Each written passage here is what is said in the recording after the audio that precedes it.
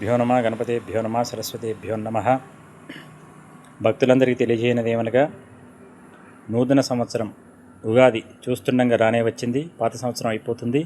శ్రీ పరాభవనామ సంవత్సరం 19వ తారీఖు ఉగాది పచ్చడితో ప్రారంభమవుతుంది.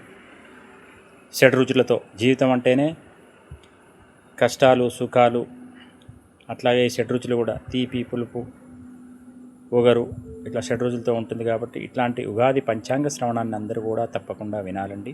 పంచాంగ శ్రవణం వినడం ద్వారా గంగా స్నానం చేసినటువంటి ఫలితం వస్తుంది, గోదానాన్ని ఇచ్చినటువంటి ఫలితం వస్తుంది.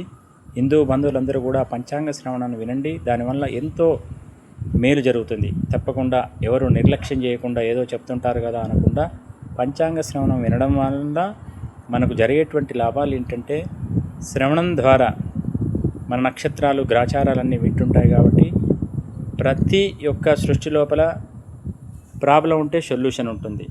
పంచాంగ శ్రవణం వినడం వల్ల కూడా మన గ్రాచారాల్లో ఏదైనా దోషాలు ఉంటే అవి ప్రాబ్లం, సొల్యూషన్ కూడా, రెమెడీ కూడా పంచాంగ శ్రవణంలో చెప్పడం జరుగుతుంది. కాబట్టి అందరూ కూడా విని అందరూ కూడా చక్కగా ఆ భగవంతుని ఆశీర్వచనాలు పొంది తప్పకుండా వినాలని చెప్పి కోరడం జరుగుతుంది. శుభం.